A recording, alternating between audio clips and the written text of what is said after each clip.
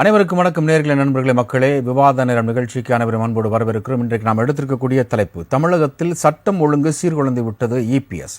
முன்விரோத குற்றங்கள் சட்டம் ஒழுங்கு சீர்குலைவு என்பதா? அதாவது முன்விரோத குற்றங்களை சட்டம் ஒழுங்கு சீர்குலைவு என்பதா? திமுக அரசு மீது பழி சுமத்தி அரசியல் ஆதாயம் தேட முயற்சி. அதிமுகவில் குற்றச்சாட்டுக்கு முதலமைச்சர் மு.க. ஸ்டாலின் பதில் என்கின்ற அடிப்படையில் இன்றைக்கு நம்முடைய விவாதனம் நிகழ்ச்சி பயணிக்க இருக்கிறது. இன்றைக்கு தமிழ்நாடு சட்டப்பேரவையில் 0 ஓவர், அதாவது நேரமில்லா நேரத்தில் எதிர்க்கட்சித் தலைவர் மரியாதைக்குரிய திரு எடப்பாடி பழனிசாமி அவர்கள் கேள்வி எழுப்பியிருக்கிறார். ஒரே நாளில் 4 கொலை நடைபெற்றிருக்கிறது, தமிழகத்தில் சட்டம் ஒழுங்கு சீர்குலைந்து இருக்கிறது என்று தொடர்ந்து நாங்கள் குரல் கொடுத்து வந்து கொண்டே இருக்கின்றோம். காவல்துறையை தங்கள் கரங்களை கட்டி வைத்திருக்கிறது திமுக அரசு. மெத்தன போக்கோடு இருக்கிறது. பட்ட பகலில் நடுரோட்டில் வெட்டி கொலை செய்யப்படுவது அங்கொன்றும் இங்கொன்றுமாக இருந்தது. இப்போது நாள்தோறும் அரங்கேறி வருகிறது. தொலைக்காட்சியை நாம் திறந்தால் ஒவ்வொரு நாளும் கொலை கொள்ளை என்கின்ற அடிப்படையில் பல்வேறு சம்பவங்கள் அதிர்வலைகளை ஏற்படுத்துகிறது என்கின்ற அடிப்படையில் தன்னுடைய கருத்துக்களை முன்வைத்தார். அதற்கு பதில் சொல்லும் பொழுது நம்முடைய தமிழக முதலமைச்சர் அவர்கள் அவங்களுடைய ஆட்சியிலும், குறிப்பாக 2016 to 2021 அடுத்து 2021 24 வரைக்கும் இருக்கக்கூடிய அந்த கம்பாரிசன் சொல்லும்போது அவையில் வெளிநடப்பு செய்து எங்களுக்கு பேசுவதற்கு அனுமதி மறுக்கப்படுகிறது என்கின்ற ஒரு ஒற்றை சொல்லை முன்வைத்து அவையில் வெளிநடப்பு செய்திருக்கிறார்கள். இருந்தாலும் முதலமைச்சர் திரு மு.க. ஸ்டாலின் அவர்கள் நம்முடைய புள்ளி விவரங்களை கேட்டுவிட்டு நீங்கள் செல்லுங்கள், அதுவரை அமருங்கள் என்கின்ற அடிப்படையில் சொல்லும் பொழுதும் அதை மறுத்துவிட்டு புறக்கணித்து சென்றார்கள். இன்றைக்கு உண்மையிலேயே தமிழகத்தில் சட்டம் ஒழுங்கு சீர்குலைந்து இருக்கிறதா என்கின்ற அடிப்படையில் இன்றைக்கு விவாத நிகழ்ச்சி பயணிக்க இருக்கிறது. நம்முடைய அழைப்பாளர்களை அறிமுகம் செய்து வைக்கலாம். இணைய மொழியாக இணைந்து தன்னுடைய கருத்துக்களை முன்வைக்க தயாராக காத்துக் கொண்டிருக்கிறார் பிஜேபியினுடைய தூத்துக்குடி செல்வம் அவர்களை வரவேற்கிறோம். வணக்கம் சார். வணக்கம். அடுத்தபடியாக அரங்கில் திராவிட முன்னேற்ற கழகத்தைச் சேர்ந்த செய்தி தொடர்பாளர் மயிலாடுதுறை விக்கி அவர்களை வரவேற்கிறோம். வணக்கம் விக்கி. அடுத்தபடியாக அரங்கனில் அஇஅதிமுகவுடைய திரு விஜயகுமார் அவர்களை வரவேற்கிறோம். வணக்கம் விஜயகுமார். அடுத்தபடியாக தமிழ்நாடு காங்கிரசினுடைய மூத்த முன்னணி நிர்வாகிகள் ஒருவரும் மாநில செய்தி தொடர்பாளருமான திரு முருகையன் அவர்களை வரவேற்கிறோம். வணக்கம். வணக்கம் சார். குறிப்பாக இந்த நிகழ்வை இன்றைக்கு வெளிநடப்பு செய்த அதிமுகட்டிருந்து இந்த நிகழ்ச்சியை நான் ஆரம்பிக்கலான்னு விருப்பப்படுறேன். அதாவது 2015 மரியாதைக்குரிய அன்றைய எதிர்க்கட்சித் தலைவர் இன்றைய முதலமைச்சர் அவர்கள் ஒரு ட்வீட் போட்டிருந்தார். அதை விட இன்றைக்கு பேசினதில் தமிழகத்தில் கடந்த 2 ஆண்டுகளில் சாதி மோதல்கள், ரவுடிகளால் நடத்தப்பட்ட கொலைகள் குறைக்கப்பட்டிருக்கிறதா சொல்லியிருக்கிறார். அதாவது முன்விரோதமாக செய்யக்கூடிய பழிக்கு பழி விவகாரங்களை எப்படி நீங்கள் சட்டம் ஒழுங்கு சீர்குலைவாக நீங்கள் எடுத்துக்கலாம். உதாரணத்துக்கு போகும்பொழுது ஒரு பஸ்ஸு ஒருத்தர் மீது மோதிடுறது, அந்த மோதும் போகும்போது அதுக்கு ஆளுங்கட்சியாகவோ அல்லது அதுக்கு பாரபட்சமாக நடந்துக்கிட்டால் அது நமக்கு மக்களுக்கு எதிராக நடக்கக்கூடிய ஒரு செயல் அப்படின்னு பார்த்துக்கலாம். ஒருவர் ஒரு குற்றம் செய்கிறார், அந்த குற்றத்திற்கு அவர் பாதிக்கப்படுறார், அதுக்கு பழி வாங்குறார். இதற்கும் அதற்கும் எப்படி சம்பந்தப்பட முடியும் அப்படின்னு சொல்லியிருக்கிறார். 2019 அதிமுக ஆட்சியில் 1670 கொலை சம்பவங்கள் நடைபெற்றது. இப்போ திமுக ஆட்சியில், அதாவது 2022 1596 குறைக்கப்பட்டிருக்கு. இதை நான் அதை நியாயப்படுத்தலை, இருந்தாலும் கொலைகள் தடுக்கப்பட்டிருக்கு. ஒரு வருடத்திற்கு 74 இந்த கொலைகள் தடுக்கப்பட்டிருக்கு அப்படின்ற சொல்லியிருக்கிறாரு. குறைக்கப்பட்டதை விட தடுக்கப்பட்டிருக்கு அப்படின்னு தான் சொல்லியிருக்கிறாங்க. இப்போ சொல்லுங்க, உங்களுடைய ஆட்சி காலம் இப்போ இருக்கக்கூடிய திமுக ஆட்சி காலம், யாருடைய ஆட்சி காலத்தில் சட்டம் ஒழுங்கு சீர்குலைவு அதிகமாக இருக்கு? நீங்கள் சபாநாயகர் மாரி இல்லாமல் முழுசாக என் பேச்சை இடையூறு இல்லாமல் கேட்பீங்கன்ற நம்பிக்கையில் பேசுகிறேன். அதாவது வகுப்பு வாரிய சொத்தை காப்பாற்றணும்னு சொல்லி அதுக்காக போராடி என் உயிருக்கு ஆபத்தையா, என் உயிரை காப்பாற்றுங்க அப்படின்னு வீடியோ வெளியிட்டது சாதாரணமான ஆள் இல்லை. முதலமைச்சருடைய பாதுகாப்பு அதிகாரியாக இருந்தவர். அவர் ஜாகிர் ஹுசேன்னு பேர். அவர் ரம்லான் புனித மாதத்தில், இந்த ரம்லான் மாதத்தில் நோன்பு வைக்கிறதுக்காக மசூதிக்கு போயிட்டு திரும்பி வர வேலையில் வெட்டி கொல்லப்படுகிறார். அவர் தனி ஏதாவது விரோத இதுவா அவருக்கு படுகொலை செய்யப்பட்டது ஒன்று. 2வது, புதுக்கோட்டையில் திருமயத்தில் எங்களுடைய ஜெகஃபர் அலின்றவர் முன்னாள் கவுன்சிலர், அதிமுகவில் மக்கள் பணி செய்து கொண்டு இருக்கிறவர், கனிம வளத்தை காப்பாற்றப்பட வேண்டும் என்பதற்காக வேண்டி போராடினவரை லாரி ஏற்றி படுகொலை செய்தார்கள். இது எதை சொல்றது? இப்படி சமூகத்துக்காக போராடுபவர்களை குறிவைத்து கொல்லப்படுகின்றது சட்டம் ஒழுங்கு பிரச்சனை தானே. இதே ஒரு பத்திரிகையாளர் திருப்பூர்ல பல்லடத்துல சாராயத்தை விற்கிறார்கள் சொல்லிட்டு போலீஸுக்கு தகவல் கொடுத்தவர் கொல்லப்படுகிறார். அவர் அந்த செல்போன்ல பேசுறார், ஐயா என்ன வெட்டுறதுக்கு வந்துட்டானுங்க, ஐயோ வெட்டுறானுங்கன்னு போதே வெட்டுறாங்க. ஒரு பத்திரிகையாளர் அவர் தன்னுடைய சுயநலத்துக்காக வேண்டிய அவர் படுகொலை செய்யப்பட்டார், அவர் வெட்டு வாங்கினாரு. ஒரு பத்திரிகையாளர் மக்களுக்காக பாடுபடுறவர், அவர் வெட்டி கொல்லப்பட்டிருக்கிறாரு. இப்படி கொலைகள் நடந்து கொண்டிருக்கிறது. இன்றைக்கு இவர் கேட்கிறாரு, நான் கேட்கிறேன், 2019 1600 கொலைகள் அதிமுக ஆட்சியில் நடந்திருக்கிறது என்று, இதே 1500 சொல்லியிருக்கார். மொத்தம் ஒரு 90 கொலை தான் இது. அதை விட நான் கேட்கிறேன், இன்னைக்கு நடக்கிற சிறுமிகளுடைய பலாத்காரத்துடைய எண்ணிக்கை அதிகரித்து கொண்டே இருக்கிறது. அதுக்கு புள்ளி விவரத்தை தந்து சட்டமன்றத்தில் பேசுவதற்கு இந்த முதலமைச்சர் அவர்கள் தயாராக இருக்கிறாரா? படுகொலைகள் நடக்கிறது, நாள்தோறும் படுகொலைகள் நடக்குது. அந்த படுகொலைகளை இருந்து தடுத்து மக்களை பாதுகாப்பதற்கு ஒரு அரசாங்கமாக இருக்க வேண்டும்.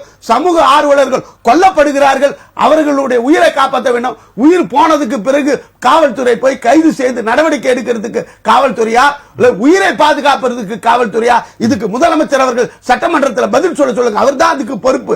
காவல்துறைக்கு பொறுப்பானவர் மக்களை பாதுகாப்பதற்காக தான் இருக்கிறாரா, அல்லது குற்றங்கள் செய்ததுக்கு பிறகு அவர்கள் மீது நடவடிக்கை எடுக்கிறதுக்கு காவல்துறை இருக்கிறதா? இதுக்கு பதில் சொல்லுங்க. இன்னைக்கு அவர் பேசுகிற பேச்சு எதுவுமே தன்னுடைய உங்களுடைய ஆட்சி, எங்களுடைய 10 ஆண்டு கால ஆட்சி சரியில்லை என்றுதான் உங்களுக்கு மக்கள் வாக்களித்து இன்னைக்கு உங்களுக்கு முதலமைச்சருக்கு நாற்காலியில் அமர வச்சிருக்கிறாங்க. நீங்க வந்துட்டு இந்த ஆட்சியில ஏற்படுகிற தவறுக்கு பிரயோஜனம் நீங்க தானே சொன்னோம். நீங்க தானே சொன்னீங்க, இரும்பு கரம் கொண்டு நான் அடக்குவேன் அப்படின்னா அந்த இரும்பு கரம் இன்னைக்கு துருப்பிடிச்சு போயிருக்கிறா. நான் சர்வாதிகாரி போல செயல்படுவேன். இன்னைக்கு ரவுடிகள் எல்லாம் கத்தியை எடுத்து வச்சுக்கின்னு நடு ரோட்ல தைரியமா சுதந்திரமா செயல்படுகிறான். எந்த இடத்திலையுமே இதுக்கெல்லாம் வந்துட்டு சர்வாதிகாரத்தை கொண்டு அடக்க வேண்டிய முதலமைச்சர் அதனுடைய இதுல இருந்து தவறி விட்டு எதிர்கட்சிகள் மீது அபட்டமான குற்றச்சாட்டுகளை இன்னைக்கு அள்ளி வீசி இருக்கிறார் சட்டமன்றத்தில். சரி, உங்களுடைய முதல் சுற்று கருத்தை நடத்துகிறேன். அடுத்து அரங்கத்தில் இருக்கக்கூடிய திராவிட முன்னேற்ற கழகத்தின் மயிலாடுதுறை விக்கி பேசும்போது ரொம்ப ஆவேசமாக முன்வைத்திருக்கிறார். அவர் சொல்றதுல ஒரு சில விஷயங்கள் ஒரு உடன்பாடு இருக்கிறது என்றாலும் உங்களுடைய கருத்து? இல்ல அதிமுக எடப்பாடி பழனிசாமியை போலத்தான் எல்லாரும் பேசுவாங்க. ஏன்னா கவன ஈர்ப்பு தீர்மானம் எதுக்கு கொண்டு வரீங்க? மக்கள் கவனத்துல இந்த விஷயம் இன்றைக்கு நடந்திருக்கு, அதற்கு கவன ஈர்ப்பு தீர்மானம் கொண்டு வரீங்க. உங்களுடைய தீர்மானத்தை சபாநாயகர் ஏற்றுக்கொண்டு கேள்விகளை வைக்கிறீங்க. கேள்வியை கேட்டு முடிச்சாச்சு, கேள்விக்கு பதில் வாங்கிட்டு தானே வெளில போகணும். நிச்சயமா முதலமைச்சர் எந்திரிச்சு பதில் சொல்றாரு, தரவுகளோட சொல்றார். பதிலை கேட்பதற்கு கூட திராணியற்று ஓடுகிற கூட்டம் எடப்பாடி பழனிசாமி அதிமுக கூட்டம். ஏன்னா இப்ப நீங்க ஒரு கேள்வி வைக்கிறீங்க, நீங்க எந்த அரசு அலுவலகங்களும் எங்க வேணாலும் ஒரு கேள்வியை கொண்டு போய் வச்சு முறையிட்டா பதில் வர வரைக்கும் நிப்பீங்களா மாட்டீங்களா? கேள்வியை மட்டும் கேட்டுட்டு அப்படியே திரும்பி ஓடுறதா? ஏன்னா எடப்பாடி பழனிசாமி கொண்டு வருகிற கவன ஈர்ப்பு தீர்மானங்கள் தான் இப்படிப்பட்டதுதான். ஏன்னா இதை பதில் சொன்னா அதிமுகவின் 10 ஆண்டுகள் லட்சணம் வெளிப்பட்டுரும். அதனால அதை மீடியாவில போக்கஸ் ஆயிடும். அதை நம்ம இருந்துடக்கூடாது. உடனே வெளிநடப்பு செஞ்சு அங்க வாசல்ல இருக்க பத்திரிகையாளர்களை செஞ்சு உடனே நாங்கள் இந்த கேள்வி கேட்டோம், அதற்கு சரியான பதில் இல்லை, இதான் வைக்கிறது. நாங்க பேசும்போது வாய்ப்பு மறுக்கப்படுகிற சபாநாயகர் ஒருதலை பட்சமா நீங்க நம்பிக்கையில்லா தீர்மானம் கொண்டு வந்தீங்க, என்ன ஆச்சு? நானே கேக்குறேன்னா சபாநாயகர் சரியாக செயல்பட்டு கொண்டிருக்கிறார். அவர் எந்த ஒரு கவன ஈர்ப்பு தீர்மானத்தையே ஏற்றுக்கணும். சபாநாயகர் ஒருதலை பட்சமா இருக்கிறார்னா கவன ஈர்ப்பு தீர்மானத்தை ஏற்றுக்க தேவையில்லையே, 0 ஓவர். நீங்க இருக்கிற இன்னைக்கு சட்டமன்றத்தில் நடக்கிறது பட்ஜெட் கூட்டத்தொடர். அப்ப நிறைய விஷயங்கள் இருக்கு, ஒரு துறை ரீதியான பட்ஜெட் தாக்கல் பண்ணப்பட்டு இருக்கு. அப்ப இந்த நேரத்தில் இதை விவாதிக்கணுமா அப்படின்னா சபாநாயகர் நினைச்சிருந்தா வேணான்னு சொல்லிட்டு அவாய்ட் பண்ணிட்டு போயிருக்கலாம். அப்படி எல்லாம் இந்த அரசு இல்ல, முறையாக எல்லாத்தையும் நடந்து கொண்டு இருக்கிறது. இவர் இன்னைக்கு குறிப்பிட்ட 5 கொலைகளிலும் எல்லாத்திற்குமே முகாந்திரங்கள் இருக்கிறது அப்படிங்கறத முதலமைச்சர் தெளிவாக விளக்கி இருக்கிறார். அது மட்டும் இல்லாம நீங்களே சொல்லிட்டீங்க, கடந்த ஆட்சியில எடப்பாடி பழனிசாமி அதாவது எப்படி ஆட்சிக்கு வந்தாருன்னு எல்லாருக்கும் தெரியும். மக்களால் தேர்ந்தெடுக்கப்பட்டு வந்தவர் அல்ல. அப்படி குறுக்கோழியில் வந்த எடப்பாடி ஆட்சியில கொரோனா என்கிற காலம் 2 ஆண்டுகள் இருந்தது. பாக்கி அவர் ஆட்சி நடத்தினதே கிட்டத்தட்ட ஒரு 3 ஆண்டுகள் 2.5 ஆண்டுகள் தான். அந்த 2.5 ஆண்டுகள்ல நடந்த விஷயம் தான் இந்த 1661 கொலைகள் அப்படிங்கறது தான் நீங்க பாக்கணும். ஏன்னா 2.5 ஆண்டுகள் தான், பாக்கி 2 ஆண்டு லாக்டவுன், ஓராண்டு கிட்டத்தட்ட லாக்டவுன்ல இருந்தோம். எல்லாருக்கும் தெரியும் கொரோனா முதல் அலை 2ஆம் அலை. அப்ப அதற்கு பிறகு 2021 தான் இங்க சகஜ நிலை ஆட்சி வந்த பிறகு 3ஆம் அலை வந்தது. அதற்கு பிறகுதான் கொஞ்சம் சகஜ நிலைக்கே வந்தோம். அப்படி இருக்கிற பட்சத்துல 2 ஆண்டுகள்ல நீங்க 1661 கொலைகள். நான் இதை கேட்கிறேன், நானே சொல்றேன், இது எல்லாம் தனிநபர்கள் முன் விரோதங்கள் அடிப்படையில் நடக்கிற குற்றச்செயல்கள். இது எல்லா மாநிலத்திலும் நடக்கும் அப்படிங்கிறது எல்லாருக்கும் தெரியும். ஆனா இதை சட்டம் ஒழுங்கு சீர்கேட்டதுன்னா எப்படி? சாத்தான்குளம் பண்ணி நடந்ததா இல்ல தலைவர் அவர்கள் சொன்னது போல தூத்துக்குடியில துப்பாக்கி சூடு நடத்துனீங்களே, யாரு துப்பாக்கியால சுட்டீங்க? சமூக விரோதிகளை சுட்டீங்களா? அப்பாவி மக்களை. ஸ்னோலின் யாரு? சாதாரண ஒரு ஏழ்மை குடும்பத்திற்கான பெண். அந்த சுற்றுப்பகுதியில ஸ்டெர்லைட்னால ஏற்படுகிற மாசை கண்டிச்சு எல்லாரும் வீதியில் இறங்கி போராடின போது அந்த போராடி அப்பாவி மக்களை சுட்டு கொன்ற கொலைகார கும்பல் அதிமுக கும்பல். அத கூட நான் டிவியை பார்த்து தெரிஞ்சுக்கிட்டேன்னு சொன்ன ஒரு முதல்வர் இவரு பேசுறாரு தமிழகத்தின் முதல்வரை பற்றி. இந்தியாவின் நம்பர் 1 முதல்வராக இருந்திருக்கிறார். நம்பர் 1 மாநிலமாக இன்னைக்கு தமிழ்நாடு விளங்கி இருக்கிறது. பல விஷயங்கள்ல ஜிடிபி அடிப்படையில் தமிழ்நாடு இன்னைக்கு முன்மாதிரியாக இருக்கிறது. மாநில உரிமைகளுக்கு எதிராக போராடுகிறதுல முன்மாதிரியாக இருக்கிறது திராவிட முன்னேற்ற கழகம், தமிழக முதல்வர் அவர்கள். இன்னைக்கு நீங்க டீலிமிட்டேஷன் பத்தி என்ன பேசுனீங்களா? எடப்பாடி பழனிசாமி பேசுவதற்கு யோக்கியதை இருக்கிறதா? இன்னைக்கு அதே போல இன்னைக்கு மும்மொழி கொள்கையை கொண்டு வரான். புதிய கல்விக் கொள்கைங்கிற பேர்ல மும்மொழி கொள்கையை திணிக்கிறான். அதை எடுத்து பேசுவதற்கு திராவிட கட்சி தானே, அண்ணாவின் பேரை தாங்கி இருக்கிற கட்சி அண்ணா திராவிட முன்னேற்ற கழகம். அந்த அண்ணாவின் பேருக்காவது இந்த மும்மொழி கொள்கைக்கு எதிராக எடப்பாடி பழனிசாமி அவர்கள் அமித்ஷாவையோ இல்ல மோடியோ கண்டிச்சு ஒரு வார்த்தை பேசியிருப்பாரா? இதுவரைக்கும் எடப்பாடி பழனிசாமி அமித்ஷாவையோ மோடியோ பற்றி வாய் திறக்கவே இல்லை. முதலாளியை பற்றி பேசினா என்ன நடக்கும்? அதே மாதிரி தனக்கு அமைச்சர்கள் தன்னுடைய ஆட்சி காலகட்டத்தில் எஸ்பி வேலுமணியிலிருந்து தங்கமணியிலிருந்து அமைச்சர் காமராஜர், உணவுத்துறை அமைச்சர், நன்னில சட்டமன்ற தொகுதி உறுப்பினராக இருக்கிற உணவுத்துறை அமைச்சர் காமராஜ் பண்ண முறைகேடுகள், பருப்பு டெண்டர்ல முறைகேடு பண்ண கும்பல், ரேஷன் பொருட்களுக்கு வாங்கினதுல முறைகேடு பண்ண கும்பல், இன்னும் விசாரணைகள் நடந்து கொண்டிருக்கிறது.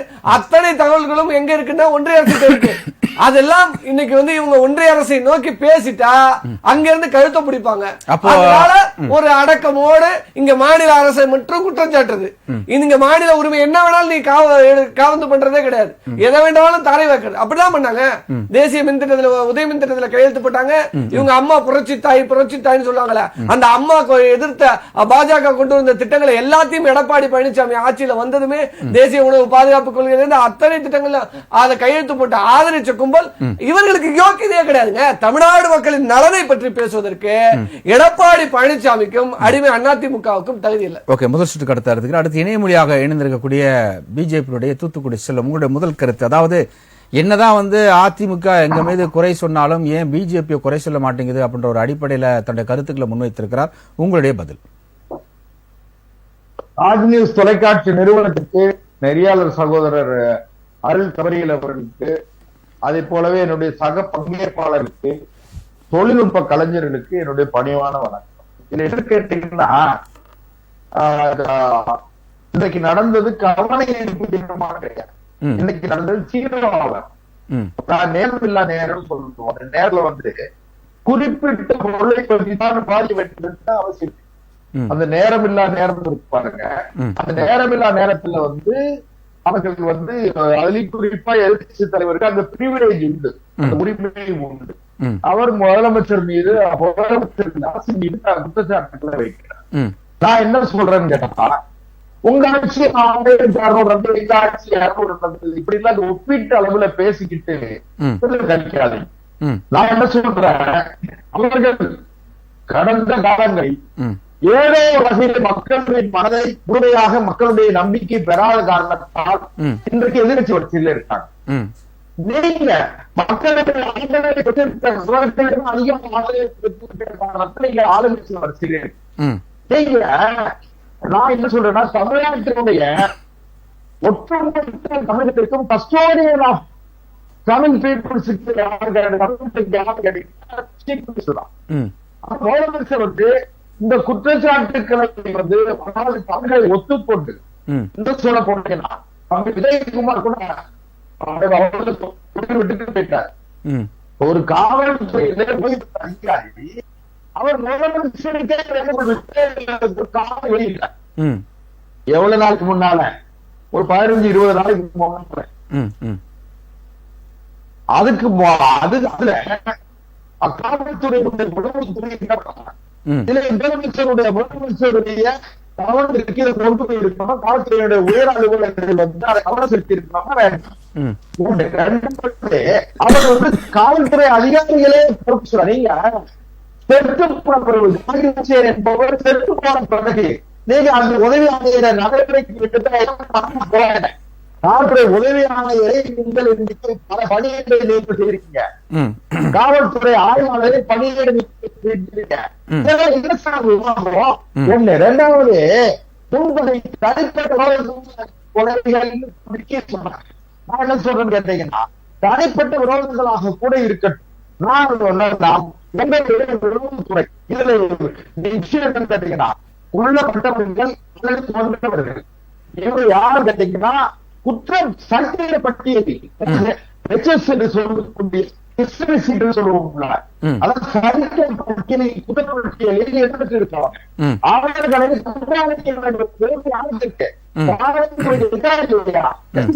பண்றாங்க? என்ன பண்றாங்க?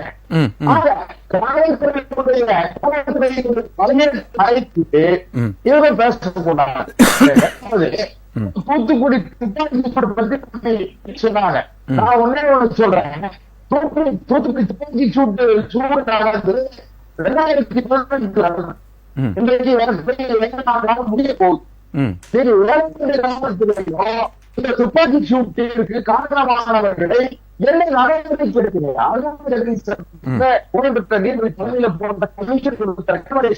நீங்க எந்த நடவடிக்கை எடுத்தீங்க?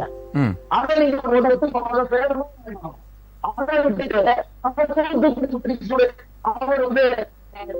தெரிஞ்சுக்கிட்டேன்னு சொன்னாரு. அவங்க வந்து மக்களுடைய நம்பிக்கையை பெறவில்லை, எதிர்கட்சியில இருக்காங்க. எதிர்கட்சிகள் குறை சொல்லுவது, எதிர்கட்சிகள் சொல்லுவதற்கா அதிகாரம் எப்படி முக்கியமோ அதே போல ஆளுநர் கட்சிக்கு எதிர்கட்சி அவசியம். எதிர்கட்சி அரசியல் நடக்கிற குறைகளை சுட்டிக்காட்ட வேண்டிய பொறுப்பு ஆளுநர் உண்டு. சரி செய்ய வேண்டிய விட்டு கூட்டணி கட்சியினுடைய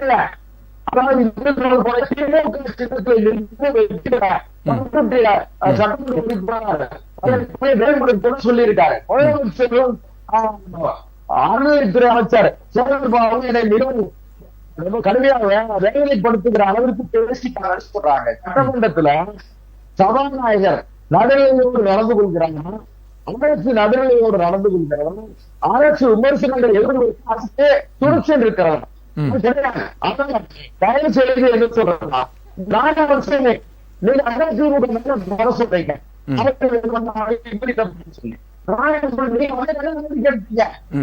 நீங்க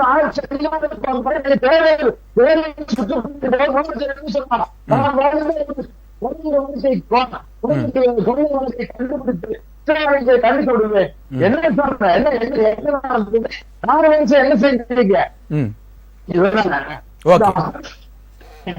இந்த அரசு நிறுவனத்திலே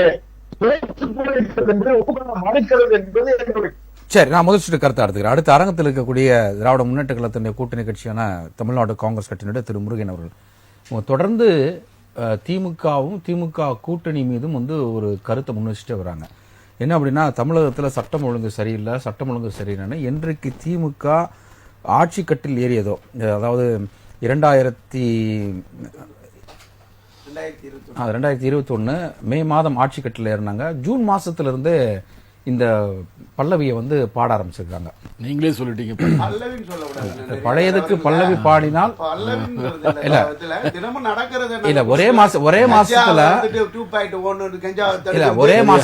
போதை இல்ல ஒரே மாசத்துல உங்களுக்கு நிரந்தரம் இல்ல. நான் அவர்கிட்ட நான் கேள்வி வைக்கிறேன்.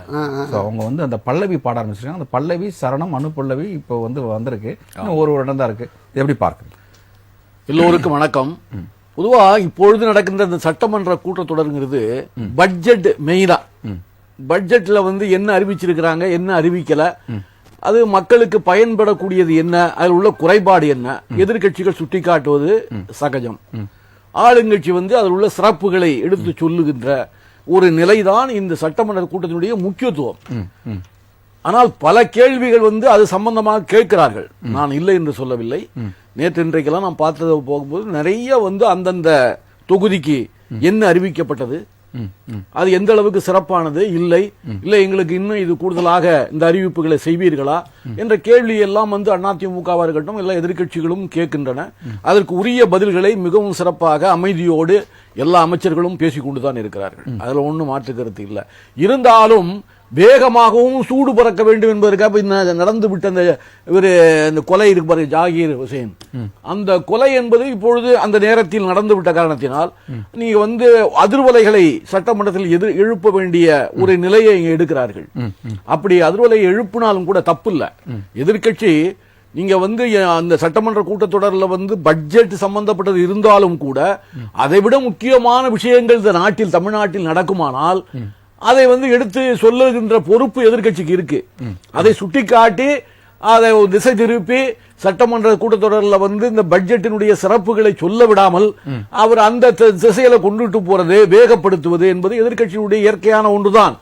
ஆனால் அதுக்கே முக்கியத்துவம் கொடுத்து கொண்டு சட்டம் ஒழுங்கை கெட்டுவிட்டது என்று சொல்லுவது, இப்ப அவர் சொன்னது போல திராவிட முன்னேற்ற கழகத்தினுடைய விக்கிசா சொன்னது போல இப்ப வந்து தூத்துக்குடி சம்பவம் இருக்கு. அது ஒரு பெரிய போராட்டம்.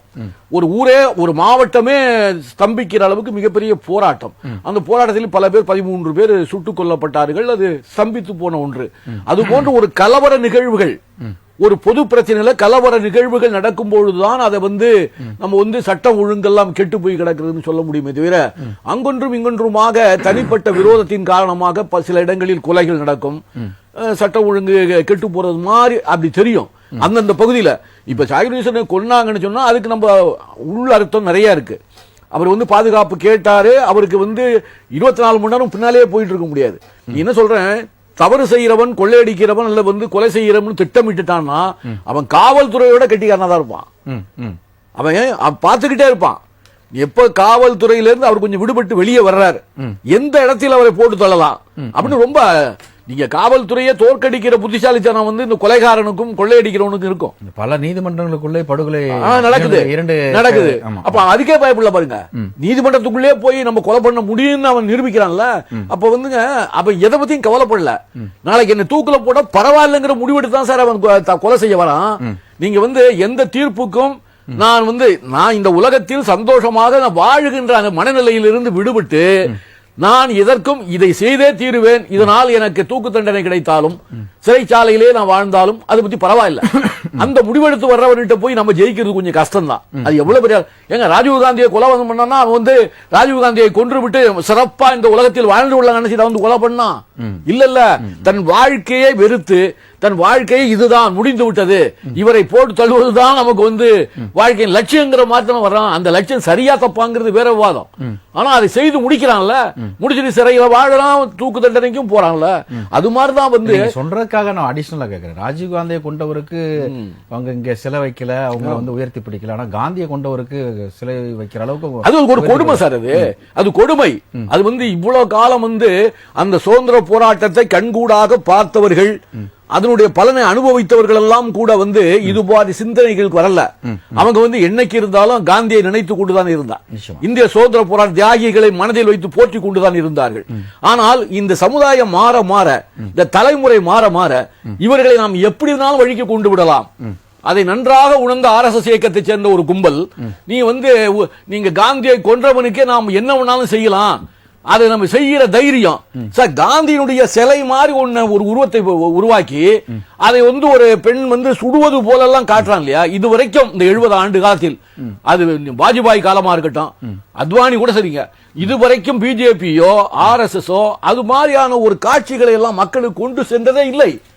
அதை இந்த மக்கள் ஏற்க மாட்டார்கள். அது தென்னிந்தியாவா இருக்கட்டும் வட இந்தியாவா இருக்கட்டும் ஏற்க மாட்டார்கள் என்ற தெம்பு இருந்தது. அந்த ஒரு உண்மையை அறிந்தவர்கள் அவர்கள்.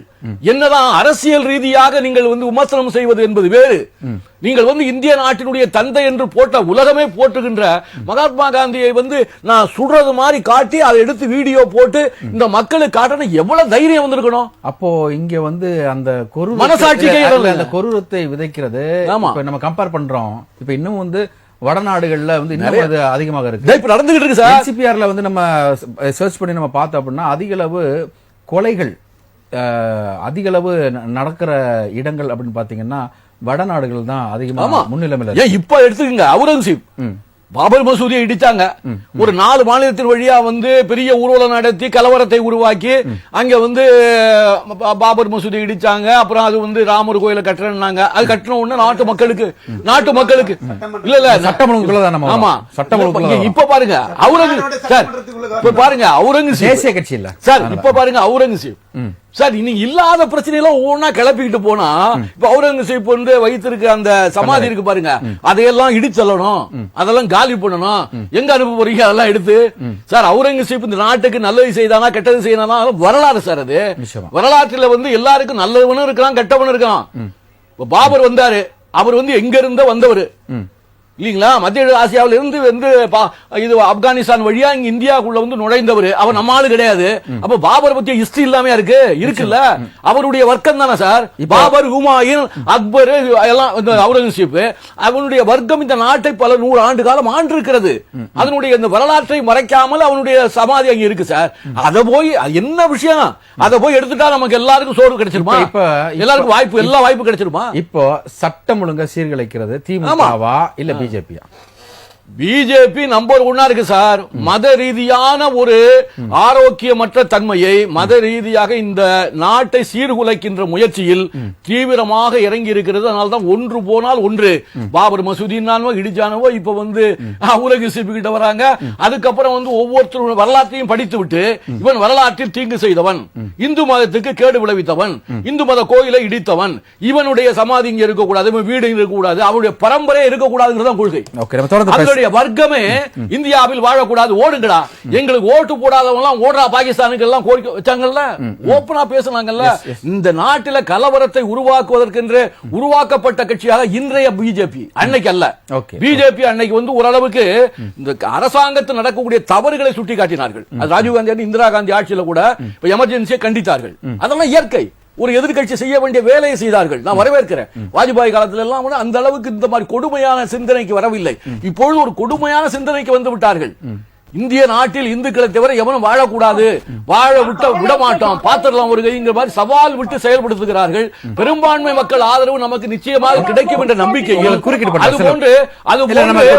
தவறான சிந்தனைகளை பரப்புறதா சட்டம் ஒழுங்கு சீர்குலைக்கிற விஷயம். ஒன்றுமாக நடக்கக்கூடிய இந்த சம்பவங்கள் எல்லாம் வந்து சட்டம் ஒழுங்கே சீர்குலைந்து போய்விட்டது, தமிழ்நாடு வீழ்ந்து கிடக்கிறது. அதெல்லாம் வந்து ரொம்ப அதிகபட்சமான ஒரு கணக்கீடு. அதை வந்து எடப்பாடி அவர்கள் எடுத்துக்கொண்டு ஆடுவது என்பது, அது வந்து எதிர்கட்சினா அப்படிதான் பண்ணுவாங்க. ஒரு சின்ன விஷயம்னா கூட அது ரொம்ப பிரபலப்படுத்தி இன்னும் ஒரு ஆண்டு உள்ள தேர்தல் வருது, அதுக்குள்ள இவர்கள் ஏதாவது இப்படி போன்ற பிரபலப்படுத்தினாதான் அவங்களுக்கு சில இடங்களாவது கிடைக்கும் என்ற நம்பிக்கையில் அவர் செய்கிறார் எதிர்கட்சி. அதை பத்தி நம்ம ஒன்றும் சொல்ல முடியாது. சொல்லுங்க செல்வம், உங்களை குறுக்கிட சொல்லுங்க செல்வம். அதாவது சீக்கியர்களுடைய புனிதமான பொற்கோயிலையே இடிச்சு தகர்த்தவங்க இவங்க காங்கிரஸ்காரங்க. நீங்க லீடு எடுத்து கொடுத்தாலும் கூட அவரால் அதுக்குள்ள உள்ள வர முடியல. நீங்க அருமையா லீடு எடுத்து கொடுத்தீங்க. அதாவது பாபர் மசூதி இடித்தவர்கள், காந்தியை கொன்றவர்கள் சிலை அப்படிலாம் நீங்க வந்து அப்படியே பாயிண்ட் எடுத்து கொடுத்தா கூட உண்மை என்னன்னு கேட்டீங்கன்னா, தமிழ்நாட்டுல சட்டம் ஒழுங்கு சீர்கெட்டு இருக்கிறதா இல்லையா? இதான் இன்றைய விவாத தலைப்பு.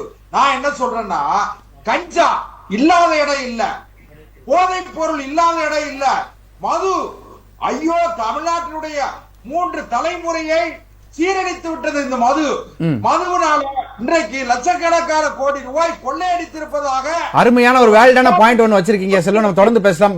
பிரேக் அப்புறம் நான் உங்ககிட்ட நான் ஸ்டார்ட் பண்றேன். நல்ல ஒரு வேலிடான பாயிண்ட் வச்சிருக்கீங்க செல்வம். பிரேக் முன்னாடி நீங்க வந்து இந்த சட்டம் ஒழுங்கு சரியில்லாம போன காரணமே அதிக அளவு போதை பழக்க வழக்கங்கள் இருக்கிறதா நீங்க சொன்னீங்க. ஆனா தமிழ்நாட்டில் அதிக அளவு இந்த போதை வஸ்துகள் வர்றதே வந்து குஜராத் சீபோர்ட்ல இருந்து தான் அதிகமா தமிழ்நாட்டுக்குள்ள கடத்திட்டு வராங்க. அண்டை மாநிலங்களான ஆந்திராவில இருந்து தான் கஞ்சா கடத்திட்டு வரப்படுகிறது. இப்படி போன்ற ஒரு குற்றச்சாட்டு இருக்கு. அதான் நீங்கள் ஆளக்கூடிய மாநிலங்களும் உங்கள் கூட்டணி கட்சியில் இருக்கக்கூடிய மாநிலங்கள் இருந்து தான் அதிகமா தமிழ்நாட்டுக்குள்ள கொண்டு வராங்க அப்படின்றத சமீபத்தில் நம்முடைய திமுக அமைச்சர்கள் கூட குற்றச்சாட்டு முன் வச்சாங்க. உங்களுடைய கருத்து? சரி, தமிழ்நாட்டுல நீங்க உங்க வாதப்படியே வச்சுக்கிடுங்க. தமிழ்நாட்டினுடைய எல்லை செக்யூரிட்டி இருக்காங்க, தமிழ்நாட்டினுடைய கோஸ்டல் என்ன பண்றாங்க, தமிழ்நாட்டில் இருக்க தமிழ்நாட்டினுடைய எல்லைக்குள்ள இருக்கிற அந்த சுங்கச்சாவடி பாருங்க, அவங்க என்ன பண்றாங்க, நம்மளுடைய என்ட்ரன்ஸ் அங்க இருக்கிற காவல்துறையினுடைய சுங்கச்சாவடியில் இருக்கிற காவலர்கள் பணி செய்கிறார்கள். அப்ப அதுல காவல்துறையினுடைய கைகள் கட்டப்பட்டது. காவல்துறை சுதந்திரமாக அவர்களுக்கு விருப்பம் இல்லாதவர்களை எல்லாம் முன்பு ஒரு போராட்டம் அறிவிச்சோம். நீங்க ஒரு குறிப்பிட்ட இடத்துல எங்க பயிற்சி பண்ணிட்டா பிரச்சனை இல்லை. ஆனா உங்களுடைய காவல்துறையுடைய அதிகாரத்தை அனைத்தையும் பயன்படுத்தி முன்னணி தலைவர் வீட்டுல அவசர அரசு வைக்கிறது. இதுதான் சார் காவல்துறை வேலையா? இன்னைக்கு என்ன சில வாரம் எல்லாத்துலயும்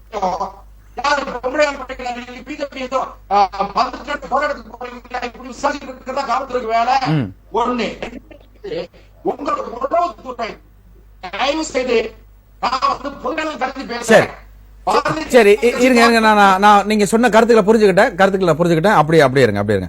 விக்கி அவங்க இந்த வரேன் சார். அவங்க சொன்ன ஒரு விஷயம் என்ன அப்படின்னா, நான் கேள்வி கேட்டேன், தமிழகத்துக்குள்ள இவ்வளவு தூரம் நடமாட்டம் ஜாஸ்தியா இருக்குன்னா குஜராத்லயும் ஆந்திராலயும் தான் வருது அப்படின்னா, சுங்கச்சாவடி அதிகாரிகள் காவல்துறைகள் கைகள் கட்டப்பட்டிருக்க இல்ல. அண்ணன் தூத்துக்குடி செல்வனை மறந்துட்டு பேசுறான்னு நினைக்கிறேன். சுங்கச்சாவடி யாரு கட்டுப்பாட்டுல இருக்கு? அப்புறம் கோஸ்டல் யாரு கட்டுப்பாட்டுல இருக்கு? அப்பாவி நான் கடலோர மாவட்டத்தை சார்ந்தவன். மயிலாடுதுறை மாவட்டத்துல ஒரு 3/4 பங்கு கடலோர மாவட்டம். எங்களுடைய பக்கத்துல இருக்கிற காரைக்கால் சமீபத்துல கூட மீனவர்களை சுட்டு கொண்டாங்க. அப்ப தமிழ்நாட்டு மீனவர்களை கூட காப்பாற்ற வக்கற்ற ஒரு அரசாக மோடியின் ஒன்றிய அரசு இருக்கிறது அப்படிங்கறதுதான் எங்களுடைய மீனவர்களோட கோரிக்கையா இருக்கு. அப்படி கோஸ்டலும் உங்க கட்டுப்பாட்டுல இருக்கு, ஏன் எங்கள்கிட்ட விட்டுட்டு போங்க. கோஸ்டல விட ஒரு மீனவனை கூட இலங்கை கடற்படை சுற்றுவானா? சரி, இத்தனை மீனவர்களை சுட்டு கொண்டிருக்கிறான்.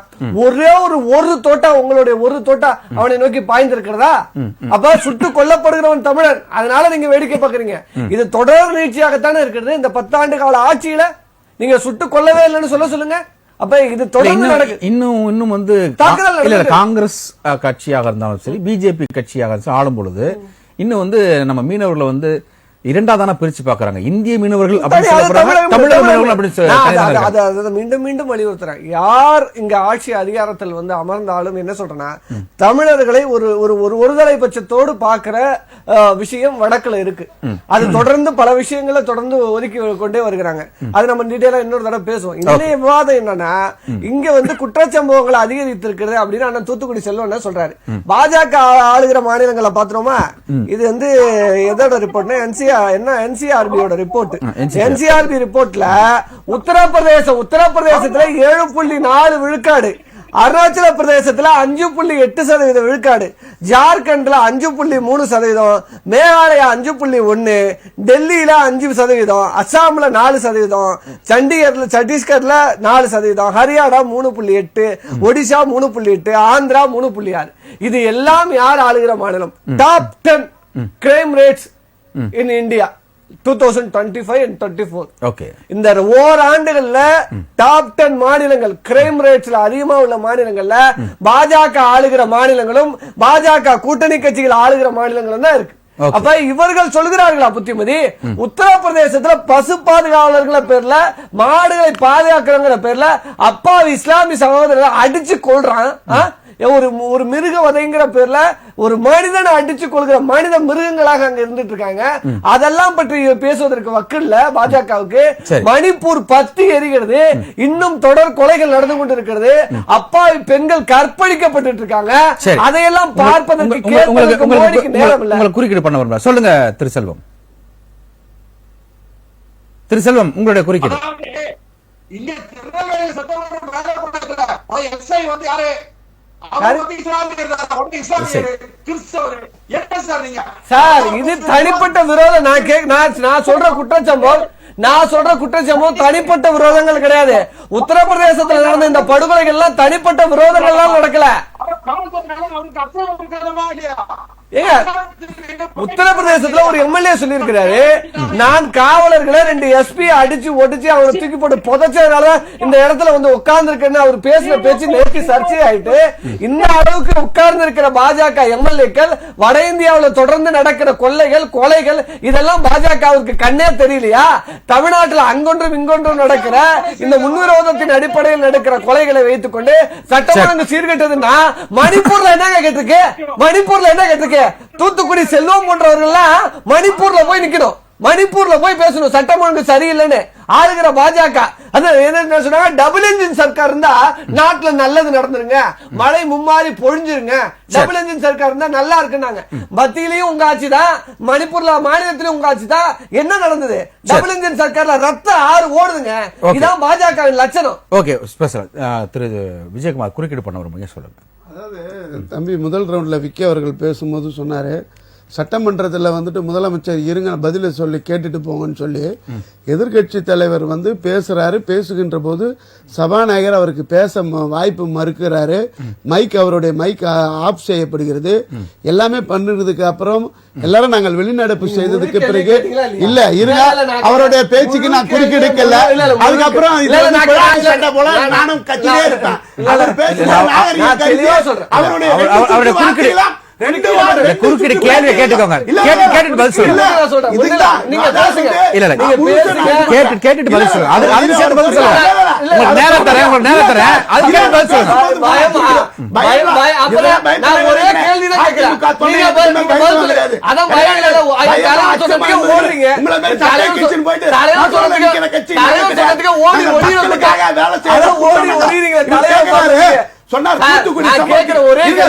தூத்துக்குடி சம்பவத்தை பத்தி சொன்னார். தூத்துக்குடியில நாங்க அருணா ஜெகதீசன் தலைமையில விசாரணை கமிஷன் வச்சோம். அந்த அம்மா சொன்னாங்க அதிகாரிகள் எல்லாம் தண்டிக்கப்பட வேண்டும். மதுரை உயர்நீதிமன்றமும் அந்த அதிகாரிகள் மீது நீங்கள் நடவடிக்கை எடுக்க வேண்டும் அரசாங்கத்துக்கிட்ட சொல்லிச்சு. இப்ப அரசாங்கம் யாருடைய அரசாங்கம்? இவர்களுடைய அரசாங்கம் தானே. அவர்கள் மீது நடவடிக்கை எடுத்ததா? இன்னி வரை நடவடிக்கை எடுக்கலையா? அடுத்தது சாத்தாங்குளம் விஷயத்தை சொன்னார். சாத்தாங்குளத்தினுடைய இன்ஸ்பெக்டர் ஸ்ரீதர், எஸ்ஐ பாலகிருஷ்ணன், ரகு கணேஷ் உட்பட அனைவரும் இன்று வரையிலும் ஜாமீன் கிடைக்காம சிறையில் இருக்கிறாங்க. இதே ஒரு ஏடிஎஸ்பி தென்காசியில பல்வீந்தர் சிங் என்ற ஒரு கொடியவன் விசாரணைக்காக வரவங்க தனக்கு பல்லு சரியில்லை என்பதுக்காக விசாரணைக்காக வர உங்களோட அத்தனை பேருடைய பள்ளியும் புடுங்கி இருக்கிறான்.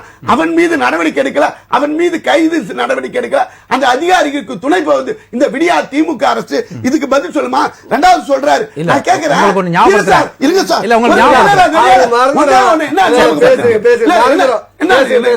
அதாவது பல்வீந்தர் சிங் வந்து வர்றவங்களுக்கு பல்ல புடுங்கினார் அப்படின்னு சொல்றாங்க. விஷ்ணுபிரியா ஐபிஎஸ் அவங்களுடைய நிலைமை என்னன்னு உங்களுக்கு தெரியும். திமுகவே மாறிடுங்க.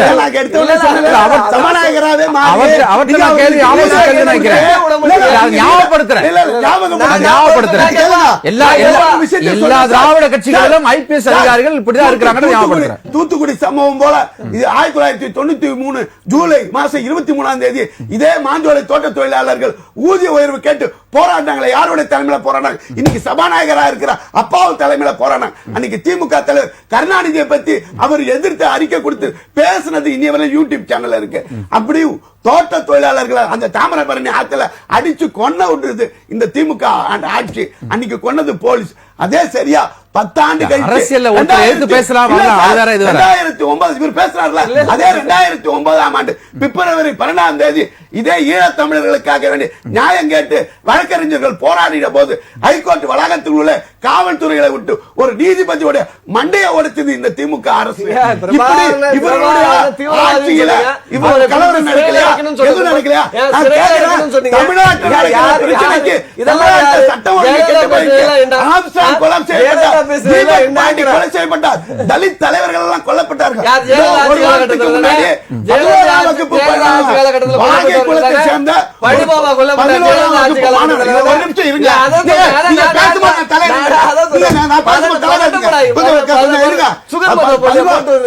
பதினோராம் வகுப்பு படிக்கிற மாணவன் அவன் பள்ளிக்கூடத்துக்கு பேருந்துல போறான். அவன் அந்த பையனுக்கு என்னங்க முன்விரோதம் இருக்கும்? அந்த பையனுக்கு என்னங்க இது? அந்த பையனுடைய விரல்கள் எல்லாம் வெட்டப்பட்டு அவங்க அப்பா ஐயோ என் பிள்ளைக்கு ஒண்ணுமே இல்ல, அரசு வேலை வாங்கித்தாங்க அப்படின்னு சொல்லி தலித் தலைவர்கள் தொடர்ந்து இந்த ஆட்சியில கொல்லப்படுறாங்க. தலித் தலைவர்களுக்கு தலித் மக்களுக்கு பாதுகாப்பு இல்லாத அரசாங்கமா இருக்கு. இங்க சட்டம் ஒழுங்கு கெட்டு போயிருக்குது. ஆனா கேட்டா என் தம்பி விக்கி அங்க பார், ஹரியானாவை பார், உத்தரப்பிரதேசத்தை பார், அந்த பிரதேசத்தை பாரு, இப்படி நம்ம வாழ்ற ஆட்சி தமிழ்நாட்டு காலகட்டத்துல இன்ப சொல்றோம். தமிழ்நாட்டுல இப்படி ஒரு ஆட்சி காலத்துல எந்த மக்களுமே நிம்மதியா இல்லையா? எல்லா மக்களும் உயிர் அச்சத்தோட போறாங்களே. சிறுமியில இருந்து கேள்வி வரல, கற்பழிப்புக்கு பாலியல் பலாத்காரத்துக்கு ஆட்படுத்தப்படுகிறார்களே. இதுக்கெல்லாம் இந்த விடியா திமுக அரசு என்ன பதில் சொல்லுங்க. அடிமை அதிமுக அரசிட்ட ஒரே கேள்விதான். நான் என்ன கேக்குறேன்னா, 10 ஆண்டுகள்ல நீங்க பண்ண யோக்கியதைக்கு தான் இன்னைக்கு உங்களை கூப்பிட உட்கார வச்சிருக்காங்க மக்கள். நான் கேக்குறேன், மைக் ஆஃப் இல்ல மைக் ஆஃப் இல்ல மைக் ஆஃப் இருங்க, நான் சொல்லி கொடுத்தேன். ஒரு அரசியல் கட்சியில தனியா குடிங்க, எல்லா மக்களுக்கும் இது நான் முடிச்சிடறேன். அண்ணா சொல்றாரு, இங்க பேசுறதுக்குள்ளே முதல்வர் எதிர்க்கட்சி தலைவர் பேசுறதுக்குள்ளே மைக் ஆஃப் பண்ணிட்டாங்க, அதனால எஞ்சி வெளில ஓடிட்டாங்க. நாங்க 5 கேள்விகளை வைக்கிறாரு, பொறுமையாக முதல்வர் கேட்கிறாரு, சபாநாயகர் அலோவ் பண்றாரு. ஏன் அப்ப எங்களுக்கு மைக் ஆஃப் பண்ண தெரியாதா? அப்ப மைக் ஆஃப் பண்ணலையா? இவர் 5 கேள்வி வரைக்கும் கேட்க விட்டாங்களா, அதுக்கப்புறம் மைக் ஆஃப் பண்ணிட்டாங்களா இவரை கேட்க விடாம? அதனால எந்திரிச்சு வெளில போயிட்டாராம். எங்க அண்ணன் உள்ள இருந்து பார்த்து வந்து வேடிக்கை பார்த்தாரு. அதிமுக வெளிநடப்பு செய்வதற்கு காரணம் நான் தான் கேட்கிறேன், சொன்னா இவர்கள் புட்டு அம்பலப்பட்டுரும். அதான் சொல்றேன். முதலமைச்சர் தைரியமாக சொல்றாரு, எந்திரிச்சு நிக்கிறீங்க, நான் சொல்வதை கேட்டு விட்டு போங்க அப்படின்னு தெளிவா சொல்றாரு. அப்ப பயமாங்கிறத தெளிவா கேட்கிறாரு. அப்பயும் அதை வந்து காது வாங்காம ஓடி ஒளிகிற கோழை கூட்டம். ஏங்க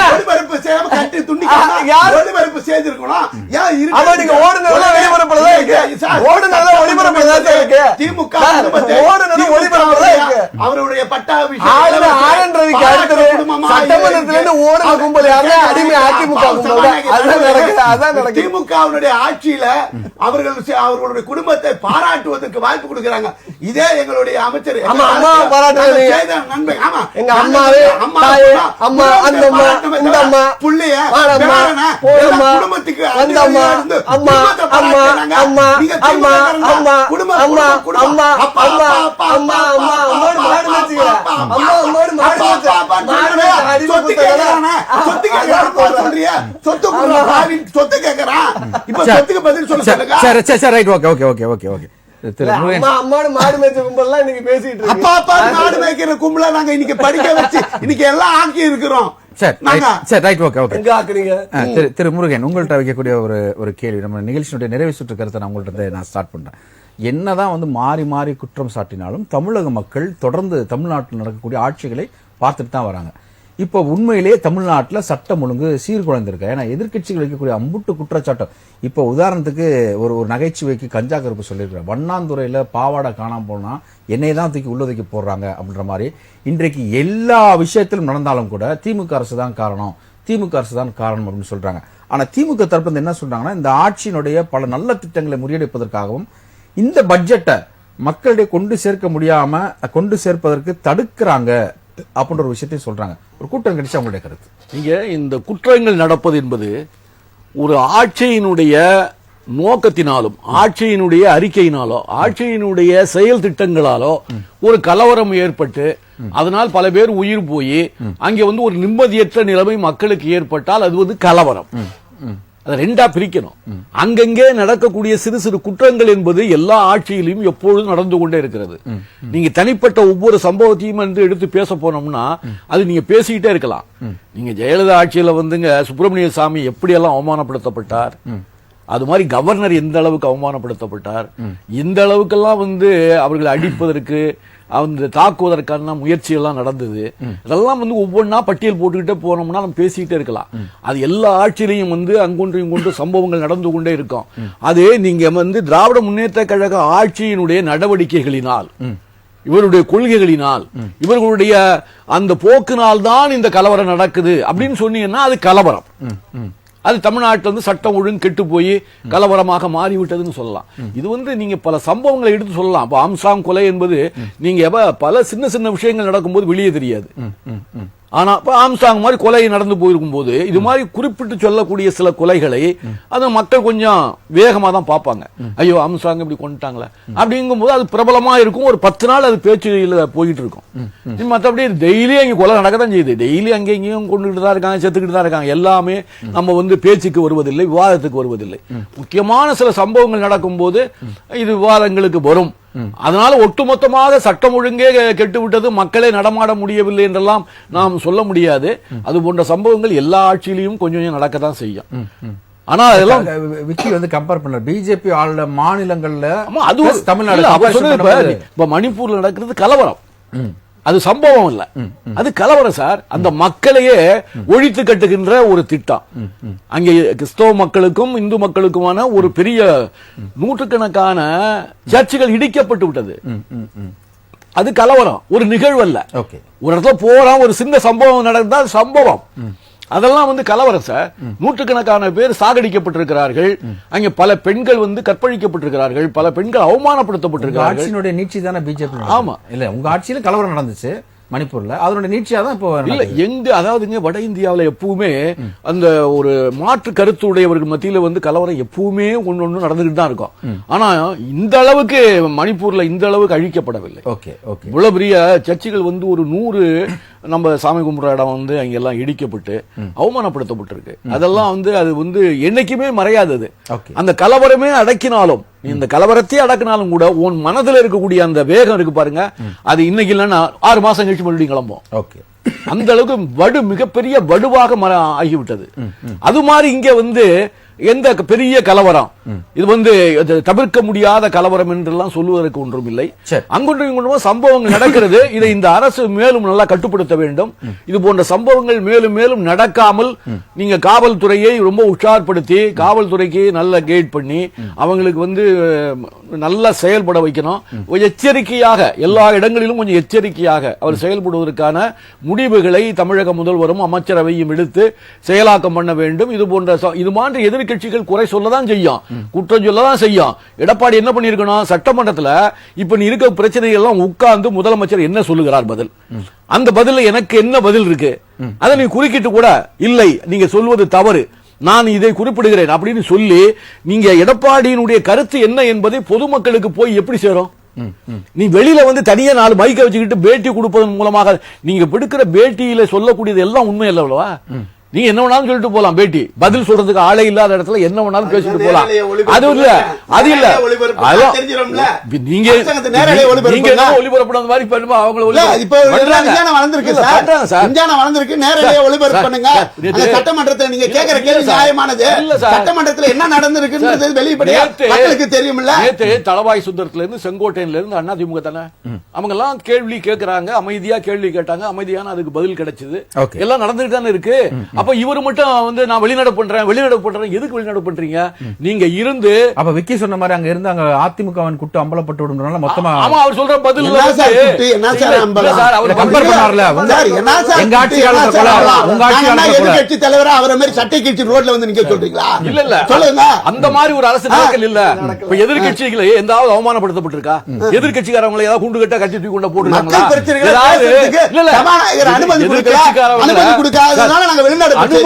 அனுமதி கொடுக்கிறது முருகன் சொன்ன கருத்து நீங்க அவமானப்படுத்தப்பட்ட ஒரு எதிர்க்கட்சி தலைவரே சட்டையை கிழிச்சிட்டு வர அளவுக்கு ஆட்சியில் அவமானப்படுத்த எந்த எதிர்க்கட்சி தலைவரையோ யாரையும் வந்து கெடுதலாக முரட்டுத்தனமாக பேசுவதோ அவமானப்படுத்துறதெல்லாம் நடக்கல. நீங்க கேட்கிற கேள்விக்கு நீங்க ஒரு டைம் கொடுக்கிறார் சபாநாயகர், அதை தாண்டி நீங்க பாட்டு கதை இங்க பாருங்க, ஒவ்வொரு உறுப்பினர் ஏந்திருக்கிறாங்க. நீங்க ஒரு கேள்வி கேளுப்பா, உன் மாவட்டத்தில் உன் தொகுதியில வந்து என்ன தேவை அதை சொல்லுங்கன்னு கேள்வி கேட்டா, கேள்வி நேரத்தை கேள்வி கேட்க சொன்னா உடனே எங்களுடைய தலைவர் எடப்பாடி பழனிசாமி முன்னாள் முதலமைச்சர் சொன்னா பரவாயில்லைங்க, அடுத்த உறுதியா சொல்லுகிறோம் அடுத்த முதலமைச்சர் எடப்பாடி எங்க சட்டமன்றத்தில் பேசுறது திமுக அதே பேசுறாங்க. அது சரியா? முதலமைச்சர், துணை முதலமைச்சர், உதயநிதி, இன்ப நிதி எல்லா நிதியை பத்தியும் பேசுறாங்க. அது உங்களுக்கு தெரியா?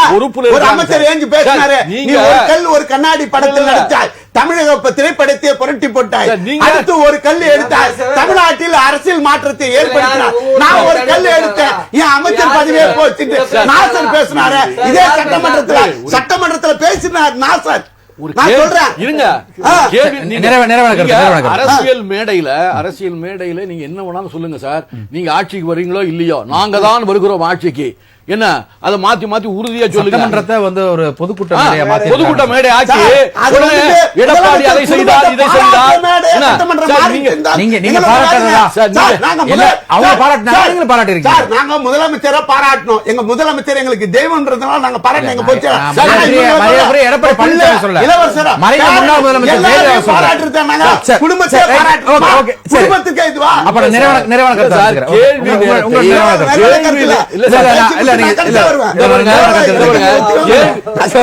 இல்லங்க, சட்டமன்றத்தில் ஒரு கேள்வி நேரம் என்றால் அது கேள்வி நேரமா இருக்கணும். அதுல போய் உங்களுடைய புகழ் பாடுகின்ற நேரமாக நீங்கள் அரசியல் திமுக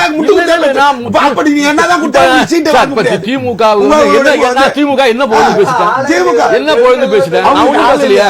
உங்களிடம் குறைபாடு சொல்றேன். நீங்க வந்து அது மாதிரி பண்ணுங்க. நீங்க வந்து கொண்ட மாபெரும் இயக்கத்தின் தொண்டர்கள் நாங்கள். சரி, நீங்க திமுக ஆட்சிக்கு மேல் ஆட்சிக்கு வந்ததா திமுகவுக்கு சரித்திரம் கிடையாது. ஓகே, வச்சுக்கோங்க. நான் உங்க நிறைவான கருத்து எடுத்துக்கிறேன். நான் நிறைவான கருத்து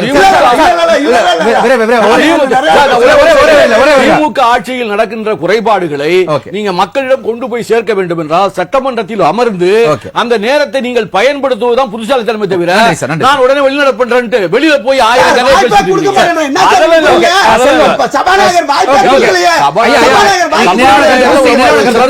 அவரெல்லாம் வந்து பண்றாரு. செல்வம், உங்களுடைய நிறைவான கருத்து ஒரு வரியில. திரு செல்வம், நிறைவான கருத்து ஒரு வரியில. ஒரு வரியிலன்னா எப்படி சொல்றீங்க? அதாவது சரி, 3 வரி எடுத்துக்கலாம். அரசு சட்டம் ஒழுங்கை காப்பாற்றுவது இந்த அரசு அளித்திருக்கிறது. சட்டமன்ற மரபுகளை எல்லாம் இந்த அரசு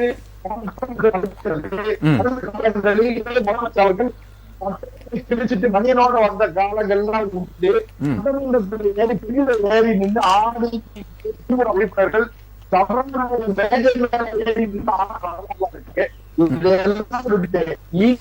உறுப்பினர்கள் காலமாவது சட்டத்தை காப்பாற்றுவதை அக்கறை செலுத்த வேண்டும் என்பதே நன்றி. நன்றி திரு விஜயகுமார், உங்களுக்கு ஒரு வரிகள் நிறைவான கருத்து. நிறைவான கருத்தா, இனி சட்டமன்றத்தில் வந்து இவர் சொன்னார்ல ஊழல் 1000 கோடி ரூபாய் ஊழல் வந்துட்டு அங்க வந்துட்டு புயலா வீசும் சட்டமன்றம், இனிமேட்டு அமிலம் வீசும் அனல் வீசும் சட்டமன்றமாக எங்கள் புரட்சி தமிழர் ஐயா எடப்பாடியார் மக்கள் நலனுக்காக சட்டமன்றத்தில் போராடுவார். இதை சபாநாயகர் தடுத்தார் என்றால் மக்கள் மன்றத்தில் இருந்து நாங்கள் பேசுவோம், உறக்க சத்தமிடுவோம். ஓகே, நன்றி. திரு விக்கி, உங்களுடைய நிறுவன கருத்து. எல்லாத்தையும் பத்தி பேசுவோம். ஆனா மோடியும் அமித்ஷாவை பத்தி பேச மாட்டோம். பேசினா எங்க முதலாளிங்க எங்களை வாயிலே அடிப்பாங்க. அதனால அதை பேச இல்ல, அவங்கதான் ஒட்டுமில்லை உறவுமில்லைன்றாங்களே. அது அப்படிதான் சொல்லுவாங்க. ஆனா பேசணும்ல, மாநில உரிமையை காவு கொடுத்து காலில் விழுந்து ஆட்சி அதிகாரத்துக்கு வர்றதுக்கு அவர்கள் புதுசு ஒண்ணு இல்ல. அதனால அப்படித்தான் அவர்கள் பேசுவார்கள். அதனால சொல்றேன், இந்த கவுண்டமணி காமெடி வர மாதிரிதான் இந்த காரை வச்சு இந்த சொப்பன சுந்தரி யாரு அந்த சொப்பன சுந்தரி வச்சு இந்த காரை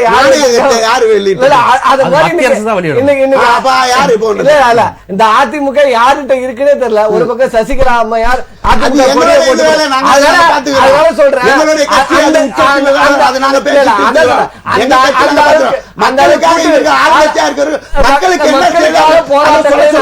மக்களுக்கான போராட்டங்களை நாங்க நடத்திட்டு இருக்கோம்.